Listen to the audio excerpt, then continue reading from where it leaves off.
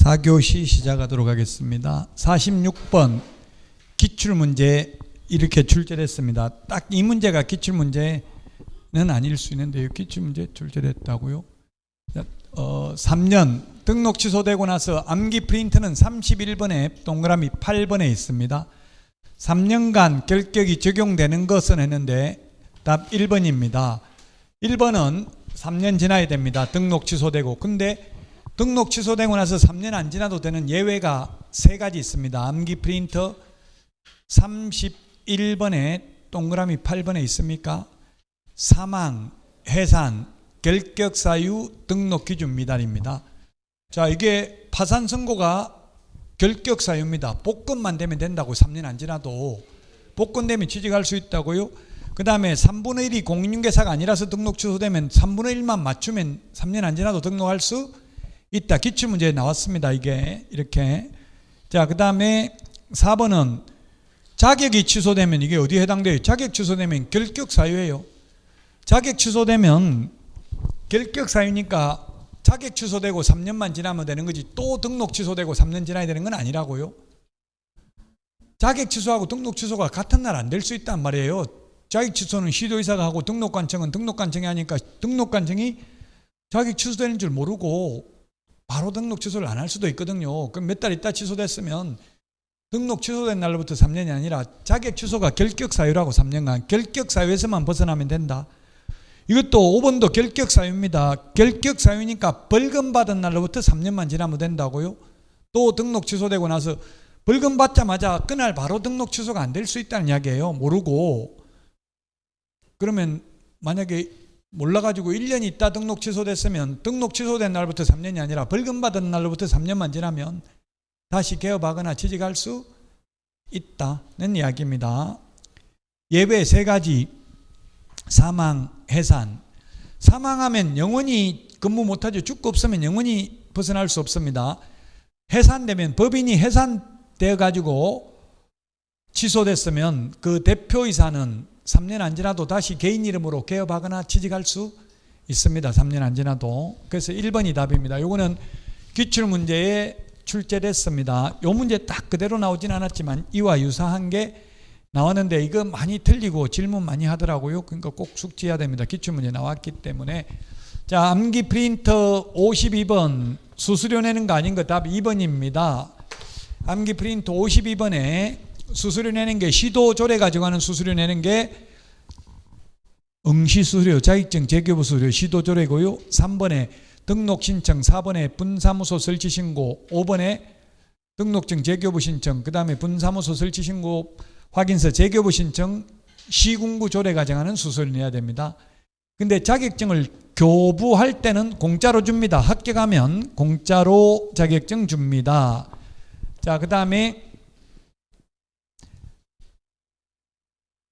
국토부 장관이 직접 시험을 시행하는 경우는 국토부 장관이 결정 공고하는 수수료 내야 되고요.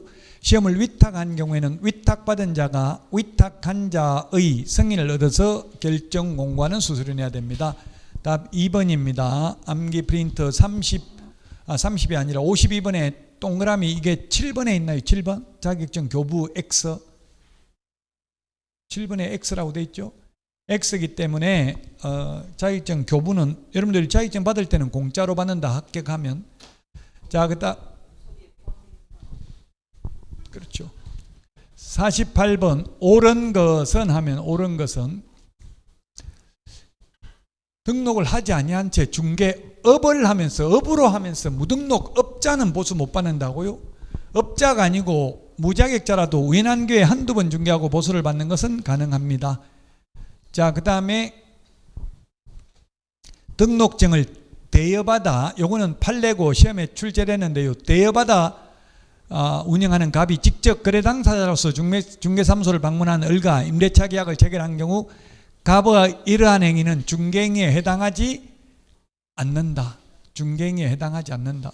X. 유효하다. X. 왜 중개행위는 뭐하고 관련이 있다 했어요? 손해배상하고 관련이 있다 했죠? 그러면 이거는 뭐냐면 무자격자가 남의 자격증 빌려가지고 중개업을 하는 사람이 손님 오니까 내가 건물주다, 내 건물에 들어와라 세입자 이렇게 해놓고 계약금 받아서 떼먹어버렸어요. 근데 실제 건물주가 아니었어요. 이미 팔았어요. 이런 거는 완전 사기꾼이다.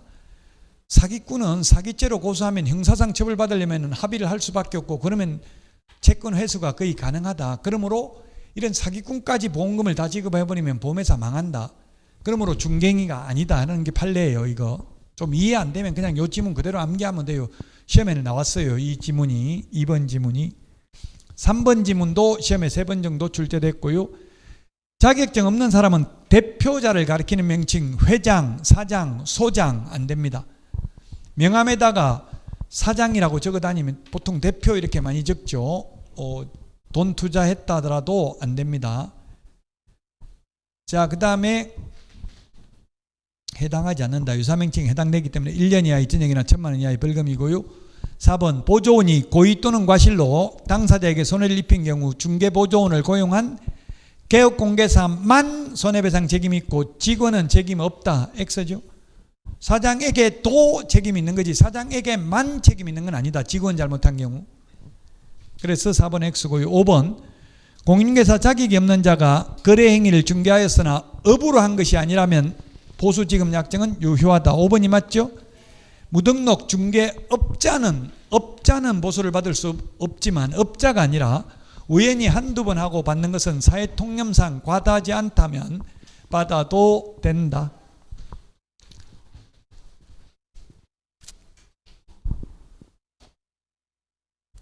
(49번입니다) 암기 프린터 24번에 있습니다. 법인의 겸업. 법인만 겸업은 6가지만, 법인은 6가지만 겸업할 수 있습니다. 암기 프린터 24번에 개인은 겸업 제한이 없기 때문에 6가지도 할 수 있고 다른 업무도 할 수 있습니다. 다만 부칙 개공은 경공매 매수 신청 대리는 못합니다. 용역업은 안 되고 용역 알선업은 할 수 있습니다. 이삿짐센터, 도배업체, 철거업체 소개는 해줄 수 있는데 직접 운영하는 건 안 된다고. 용역업. 용역이라는 건 노무를 제공하는 것, 서비스를 제공하는 게 용역입니다. 용역업은 안 되고 용역 알선은 됩니다. 그러나 개인은 겸업 제한이 없기 때문에 개인개업공개사는 용역업을 해도 상관없겠죠. 굳이 해석하자면 그렇게 시험에는 잘 안 나옵니다만은. 자, 니은 농업용 건축물 안 됩니다. 공업용 건축물도 안 되고 주택, 상가, 임대, 관리 대행만 가능합니다. 그 다음에 주택, 상가, 분양 대행은 가능합니다.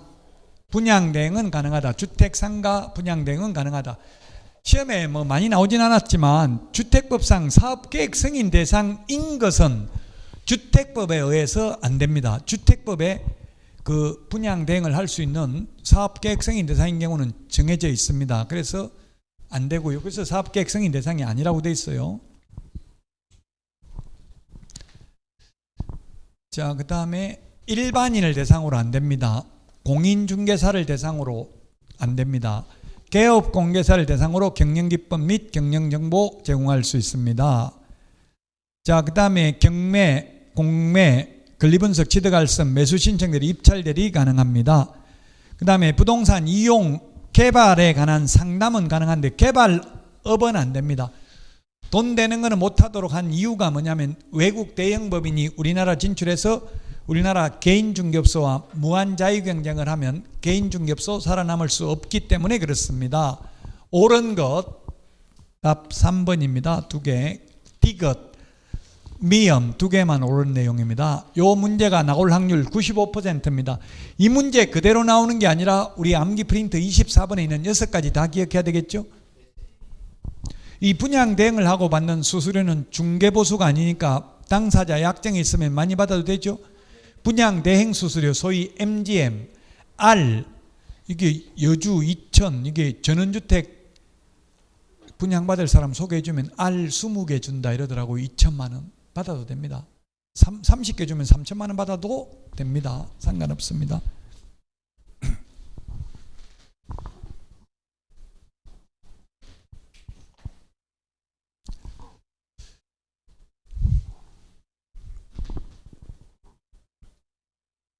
(50번입니다) 부동산 거래 신고 등에 관한 법률로 틀린 것입니다.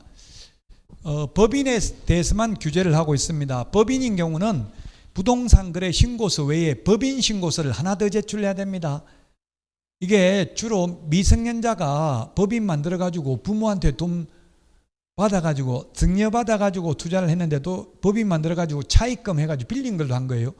빌린 걸로 해 가지고 이윤 남는 거 투자한 거 가지고 이자 준다고. 그럼 남는 게 하나도 없으니까 법인세도 안 내겠죠.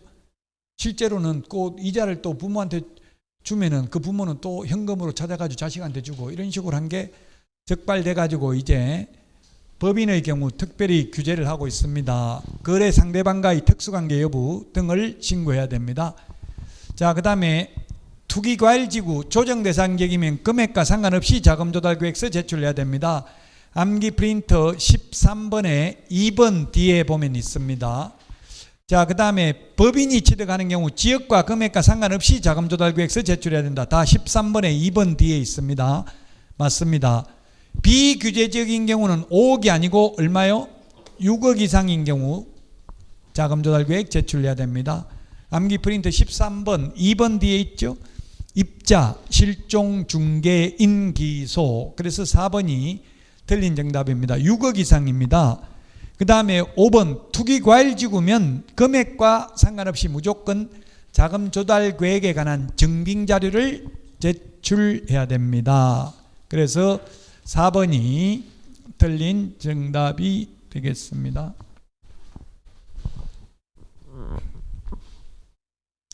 자, 51번입니다. 51번.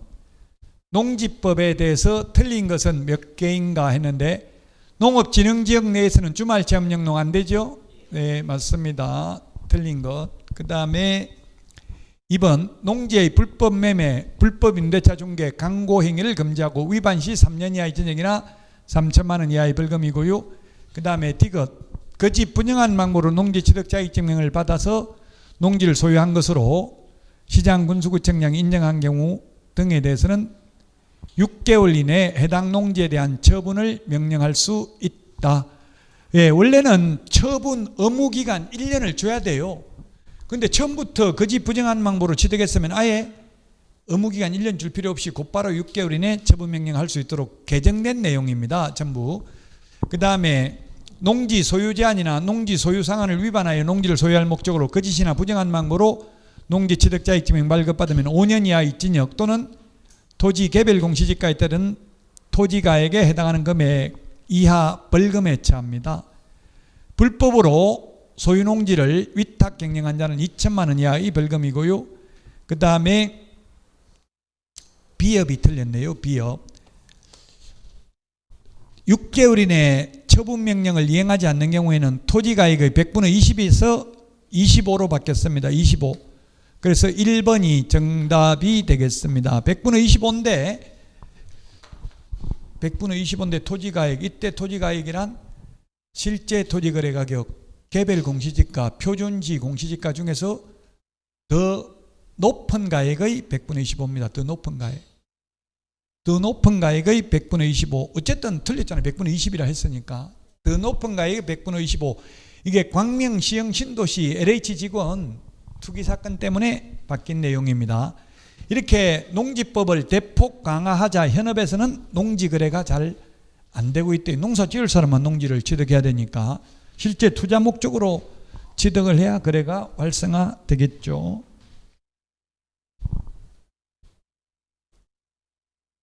자, 다음은 52번입니다. 52번. 85제곱미터 이하 업무용 오피스텔이네. 업무용 오피스텔. 업무용이면 0.9%예요. 85제곱미터 이하 주거용 오피스텔의 경우 매매 0.5, 임대차 0.4죠. 업무용이네. 업무용. 그러면 보증금 2,600만 원 더하기 월차임 20만 원이면 보증금 더하기 월세 곱하기 100을 한 금액이 5천만 원 미만이면 70이네요. 27은 14, 1,400만 원. 1,400만 원 더하기 2,600 하니까 4천만 원. 4천만 원에 0.9 하니까 36만 원. 양쪽에 다 받으면 72만 원. 총액이라고 했으니까 72만 원이 답이라고요. 1방으로부터 받는 것 하면 36만 원이 되겠죠. 업무용이니까 0.9%라고요. 85제곱미터 이하 주거용 오피스텔이면 매매는 0.5, 임대차는 0.4입니다. 따라서 5번이 답이 되겠습니다. 5번.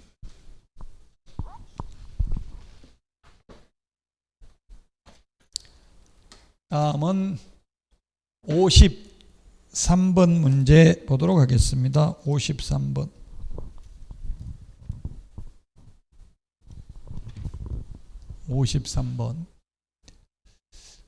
옳은 것입니다. 옳은 것. 과학기술정보통신부 장관 이런 말을 안 들어봤잖아요. 국토부 장관입니다. 국토부 장관. 국토부 장관이 지정할 수 있습니다. 과학기술정보통신부 장관은 뭐냐면 그 지정 요건에 보면 부가통신사업자로 사업자 등록을 해야 되는데 그 부가통신사업자 등록이 과기부 장관입니다. 그 우리 공인중개사법은 국토부 장관밖에 없죠. 공인중개사법은. 다만 그 다른 법률에 법무부 장관이라는 말은 상가임대차법, 주택임대차법에는 법무부 장관이 정한 표준계약서 사용 권장할 수 있다. 이거는 있어요. 그 외에는 다 국토부 장관입니다. 안 들어본 장관 이름이잖아요. 지금 과기부 장관. 몰라도 나중에 찍을 때 틀린 걸 고르시오 했는데 한 번도 안 들어본 장관 이름 나오면 그건 틀린 거예요. 행안부 장관 이런 거 없잖아요. 우리 공인중개사법에. 지금 장관 이름 기억나는 거, 장관, 총리 다 포함해서 이름 기억나는 거 원희룡밖에 이름 모르겠어. 국토부 장관. 원희룡인가 저하고 파리학번 동기인데 수석했어요. 전국에서. 머리가 비상한다고 어디에 붙어야 이게 돈이 되는지 바로바로 아는 것 같아요. 그래야 잘 살 수 있죠. 공부도 잘하면 머리가 좋으면 그런 걸 잘해야 돼요. 사극봐도 그래. 어디 줄을 서야 이게 출세하는지 줄을 잘못 쓰면 한 방에 가잖아요. 줄 서는 게 중요한데 원희룡 장관 잘하는 것 같아요.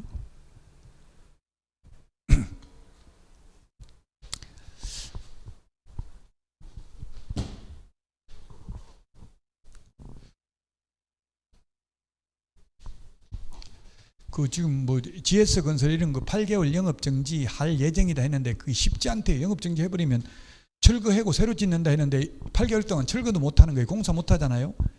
그럼 2030년 입주 예정이래. 금단에 지금 GS건설에서 짓던 거 철거하고 지금 2년 전에 분양했는데 이번에 올해 입주하는 건데 2년 반 전에 분양해가지고 철거하고 다시 지으려면 2030년 입주 예정이래요. 그러면 그 철거도 못하는 거예요. 지금 영업정지되면. 그 영업정지 아마 그렇게 하기가 쉽지 않나 봐요. 그러면 다 하도급 업체 다 그냥 문 닫아야 되잖아요. 그 하나 GS건설이 실제 짓는 게 아니거든요. 실제 다 하도급 업체들이 지으니까 이게 참 경제적 파장이 엄청난 거예요. 지정 취소하여야 한다. 무조건 X. 암기 프린트 8번에 부운정 1해 취소할 수 있다. 5 빼기 2는 3. 5 빼기 2는 3입니다. 5 빼기 2는 3. 5 빼기 2는 3. 암기 프린터 7번에 있죠. 7번. 5 빼기 2는 3. 20명 해서 X고요. 그 다음에 4번 거래정보사업자가 운영규정의 변경성을 얻지 아니하고 정보망을 설정 운영할 때는 지정을 취소할 수 있다. 할 수 있다, 될 수 있다 같은 의미예요. 주어가 누구냐에 따라 다른 거죠. 거래정보사업자 입장에서 보면 취소될 수 있는 거고 국토부 장관 입장에서 보면 취소할 수 있는 거니까요. 맞습니다. 4번이 답이고요. 정보 개업공개사가 정보망에 거짓 정보 공개하면 가태료가 아니고 뭡니까? 업무정지죠. 업무정지. 업무정지입니다. 업무정지 받을 수 있습니다. 따라서 4번이 정답입니다. 밥 먹기 전에 맨정신일 때 진도를 빨리 나가놔야 돼요. 밥 먹고 나면 저도 졸리고 여러분들도 졸고 있고 이런 경우가 많아요. 자, 54번입니다. 54번. 경매에 대해서 올바른 것입니다. 올바른 것. 최초 매각길 이후라도 매각 결정 이후 배당 실시 이전까지만 배당 요구하면 된다. 아닙니다. 배당 요구의 종기까지 해야 되고요. 배당 요구의 종기는 첫 매각길 이전의 날로 정하여 공고하도록 되어 있습니다.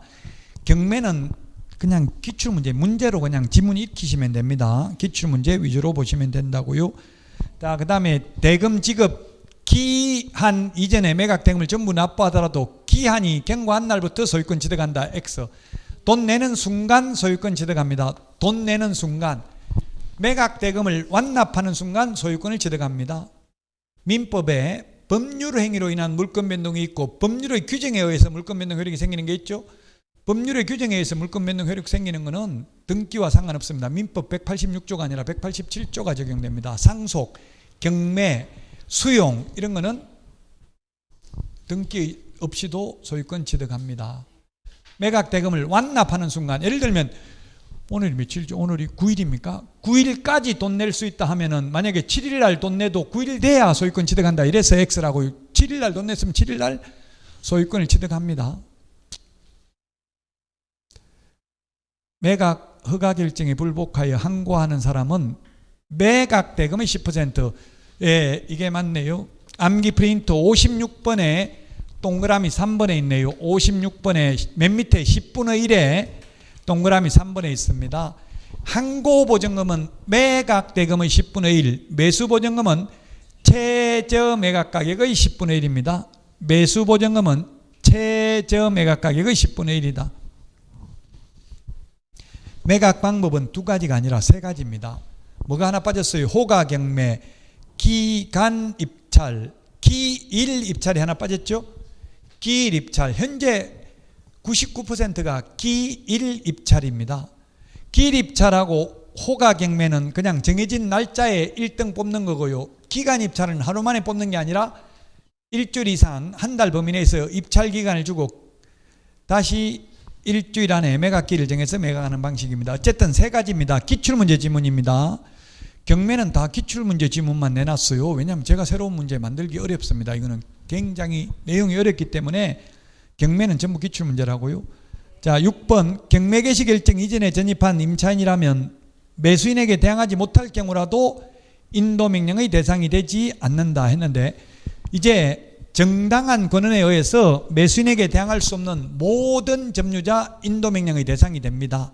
단 대금 납부 후 6개월 이내는 인도명령 할 수 없고 명도소송을 해야 됩니다. 다만 모두 인도명령의 대상이 되는데 채무자 소유자의 경우에는 만약에 항고를 해서 항고가 기각되면 항고보증을 몰수하고, 이런 임차인 같은 경우에는 항고가 기각되더라도 대법원 규칙이 정한 이율 연 12%입니다. 암기 프린트 56번 맨 밑에 보면 연 12%, 100분의 10이라고 되어 있을 겁니다. 그 시험에 나온 적은 없는데 경매에 대한 연체이자는 무조건 12%입니다. 연. 그 이자 12% 이자 빼고 나머지 금액만 돌려준다고요. 항고 기각되면 채무자 소유자 이외의 자가 한 항고가 기각된 경우에는. 그래서 3번이 정답이 되겠고요. 다음은 55번 문제입니다. 55번 문제. 부동산 거래 신고 등에 관한 법률에 틀린 것입니다. 이거 반영이 안 됐네. 100분의 10으로 고치세요. 오타네. 오타 100분의 10. 100분의 10. 100분의 10으로 고치시고서 1번이 답 아니라고요. 이거 좀 사진 좀 찍어봐요. 이거 내 고쳐야 되니까 사진 좀 찍어봐. 누가 빨리 찍어. 사진 이거 100분의 10. 그게 암기 프린트에는 이게 다 고쳐져 있나요? 100분의 10으로 고쳐놨죠. 100분의 5가 개정됐는데 100분의 10 거짓 신고하면 100분의 10 찍었어. 카톡으로 보내. 100분의 10 거짓 신고하면, 그 다음에 거래 체결되지 않았는데도 거짓 신고하면 3천만 원 이하이가 되려. 그 다음에 무효 취소해드렸는데 30일 이내 해제 신고 안 하면 500만 원 이하이가 되려. 해제되지 않았는데 거짓으로 해제 신고하면 3천만 원 이하이가 되려. 근데 요거 4번하고 2번 둘 다 재산상 이득을 취득할 목적이면 3년 이하의 징역이나 3천만 원 이하의 벌금이 신설됐다 했습니다. 거래 대금 지급 증명 자료 외의 자료를 제출하지 않는 경우는 3천만 원이 아니라 외의 자료는 500만 원 이하이가 되려. 암기 프린트 51번에 그 맨 밑에 보면 외에 동그라미 되어 있죠. 51번 프린터 맨 밑에 보면 외의 자료를 제출하지 않는 경우 암기 프린트 51번에 그 50번까지 밑에 보면 있잖아요. 입가만 별표돼가지고 3천만 원 밑에 보면 외의 자료를 제출한 있습니까? 찾았어요? 외는 500만 원 이하라고요. 외는 500만 원 이하. 1번 100분의 5를 100분의 10으로 고쳐주십시오. 지금 올해 개정된 내용입니다. 자, 다음은 56번 문제입니다. 56번 문제.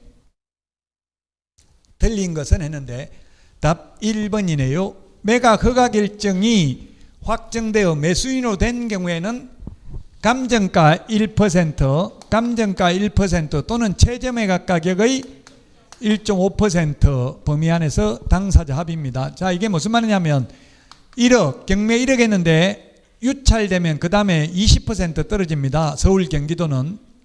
인천 같은 데는 30% 떨어졌는데, 그러면 8천만 원에 낙찰받아줬으면 이게 최저매각 가격이 8천만 원이니까 1.5배 하면 120만 원 받을 수 있다고요? 처음에 하는 게 이게 감정가격이거든요. 감정가격 1% 100만 원이에요. 더 싸게 사주고 돈 더 많이 받을 수도 있다는 얘기. 싸게 사주는 대신에 1.5%. 근데 이거는 시험에는 아직 나온 적은 없습니다. 기출문제는 아니라고요. 그래서 1번이 답이니까 그 말은 그렇게 중요하지는 않다는 얘기예요. 그 제가 출제인들한테 이거 왜 안 내냐 물어보니까 어디든지 못 찾겠던데 이러더라고. 이게 예규에 있어요. 예규. 그래서 못 찾아가지고 시험에 안 나왔어요. 아직까지는. 자, 그 다음에 매수인으로 되지 못한 경우 50만 원 받을 수 있습니다. 매수인 되지 못한 경우. 그 다음에 실비 30만 원 받을 수 있습니다. 그 실비는 원거리 출장비, 원거리 교통비는 받을 수 있는데 등기사항 증명서 비용이나 근거리 교통비는 받을 수 없습니다. 실비로 따로. 따라서 정답은 1번입니다. 감정가 1% 또는 최저매각 가격 1.5% 중에서 당사자 합의에 의해서 결정한다. 그 합의 안 되면 어떻게 하냐 물어보니까 거기에 대해서는 규정이 없어요. 그러니까 시험에도 안 나옵니다. 그러면 합의 안 되면 소송해야 돼. 소송.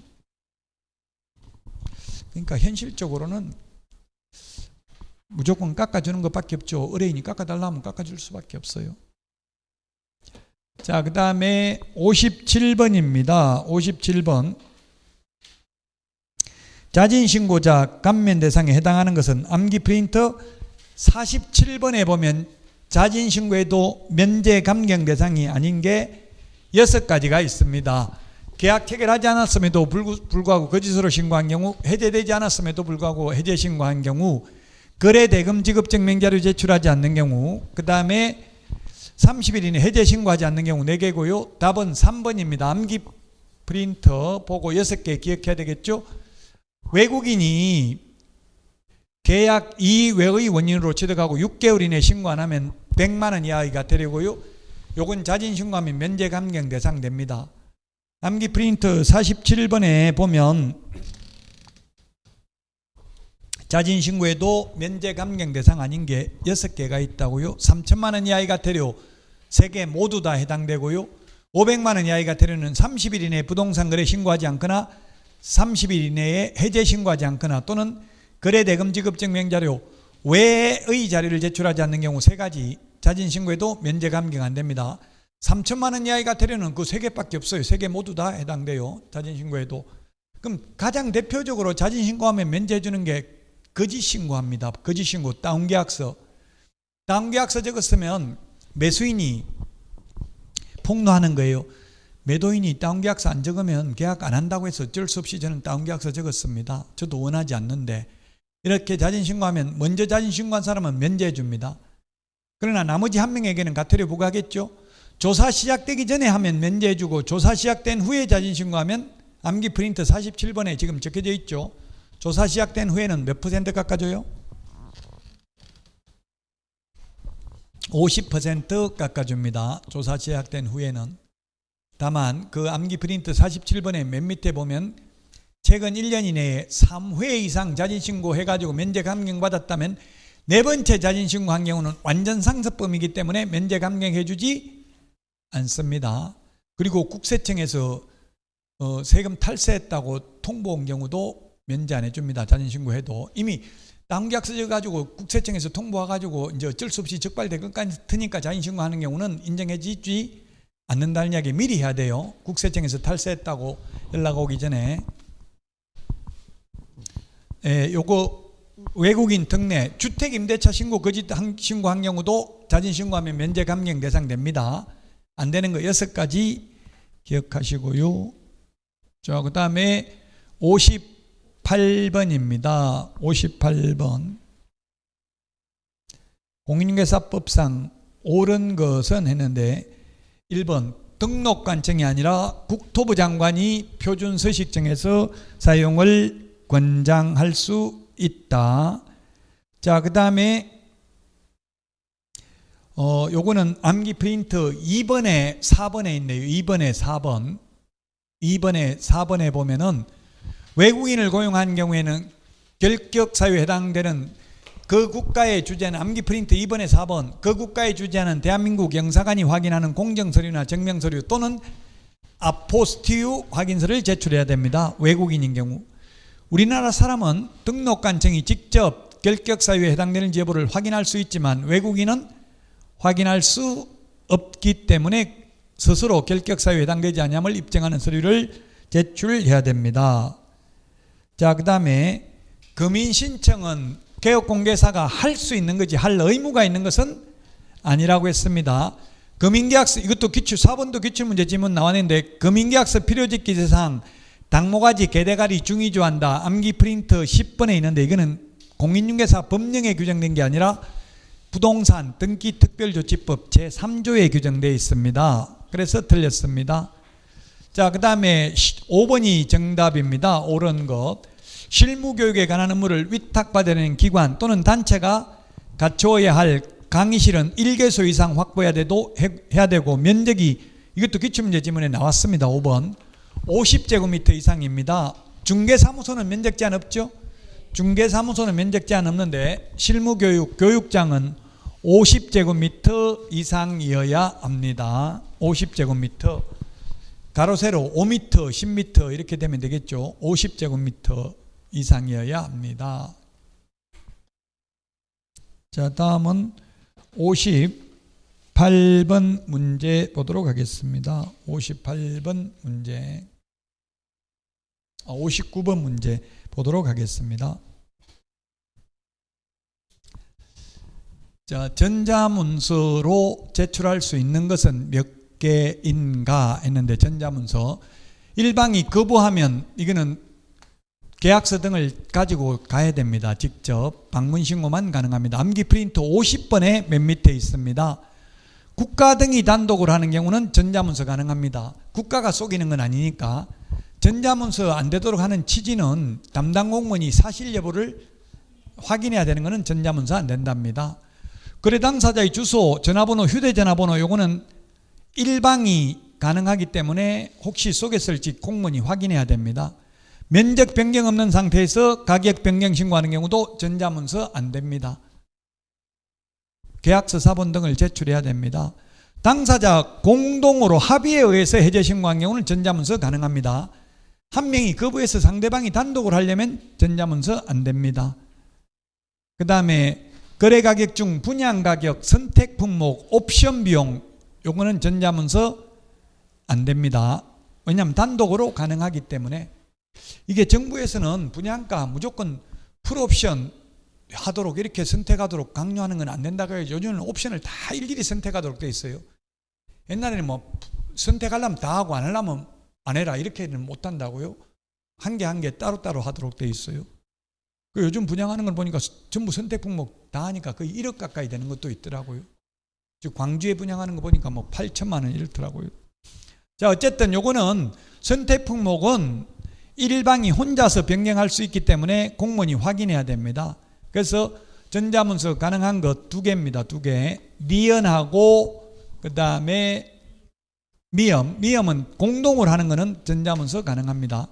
한 명이 거부해서 상대방이 단독으로 하려면 담당 공무원이 사실인지를 확인해야 되기 때문에 전자문서 안 됩니다. 자, 다음은 60번 문제입니다. 60번 문제. 공인중개사 법령상 옳은 것입니다. 옳은 것.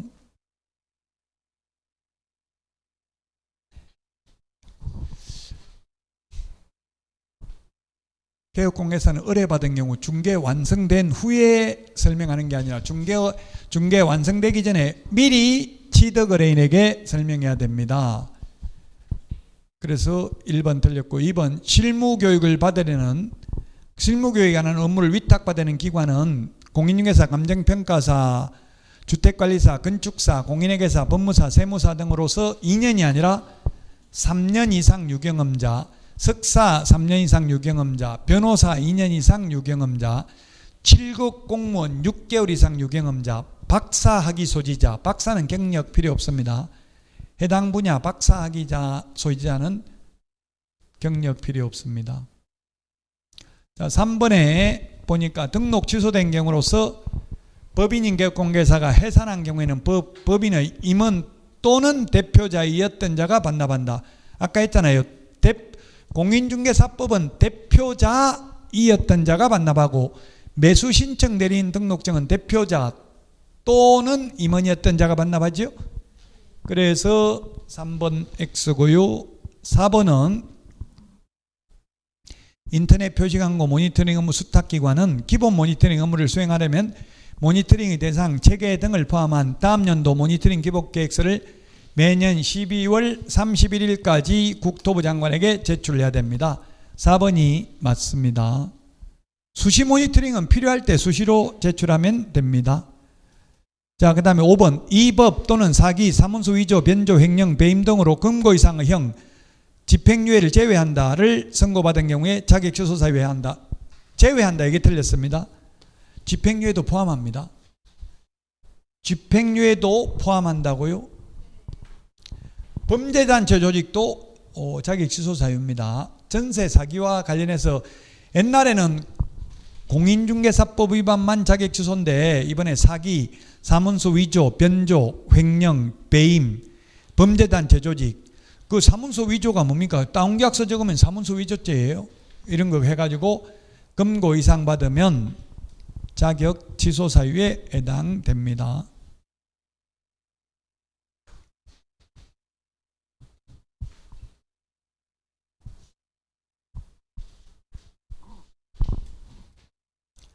(5번이) 신설됐으니까 특히 유의를 하시고요. 자, 61번입니다. 틀린 것은 했는데요. 61번에 틀린 것.